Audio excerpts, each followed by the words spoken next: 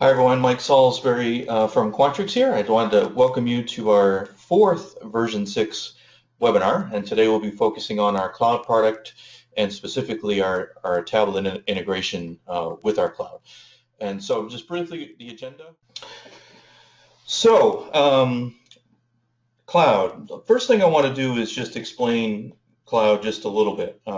What is Qloud and how do we use it and how do our customers use it out in our customer base? So basically when it comes right down to it, Qloud is a web-enabled way to share models on the web. As a modeler, and what I'm showing you on the screen now is the desktop application.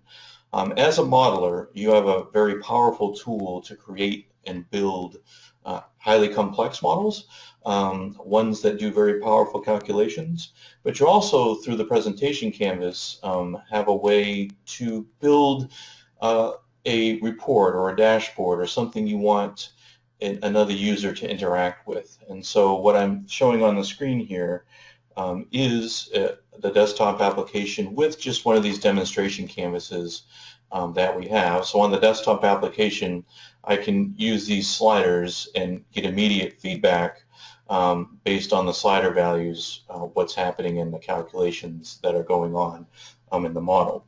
Now, before the Quantrix Qloud, the only way you could share this with somebody would be if they had their own desktop version of the application, and they could then pick up the model file that you built and then open that model on their version of the desktop. What we find, though, with a lot of our customers is that they have a core group of modelers.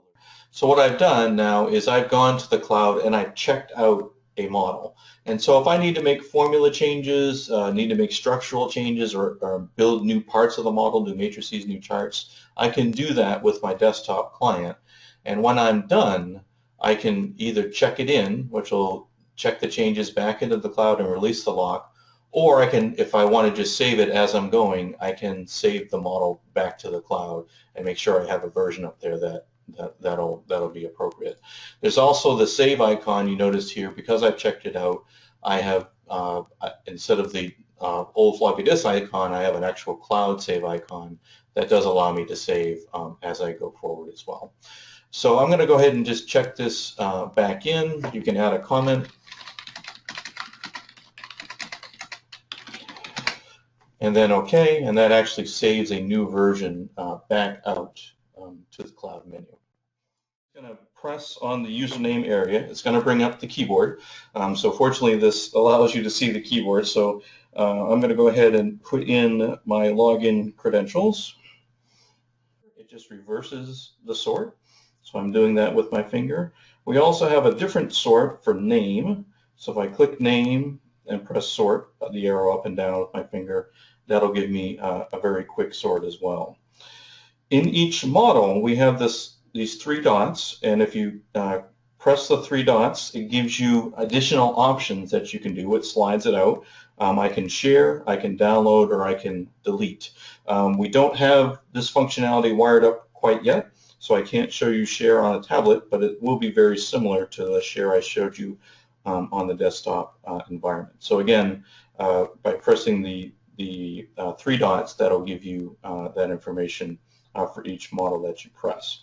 Now, if I go back to my portrait mode again, once again, across the top, there's opportunities to go home, to go to our help section, and if I click on my name here, there's an opportunity where I can log out as well.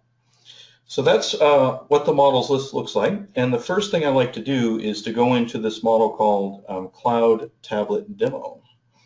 And so that'll open up the model, and it'll show you on the left-hand side here the model browser. And so this particular model that I'm going to show you is very much a demonstration model, and the intention here is to show you just some of the functionality that you can expect with a tablet device. So I'm going to go ahead and click on or press with my finger on the cell input.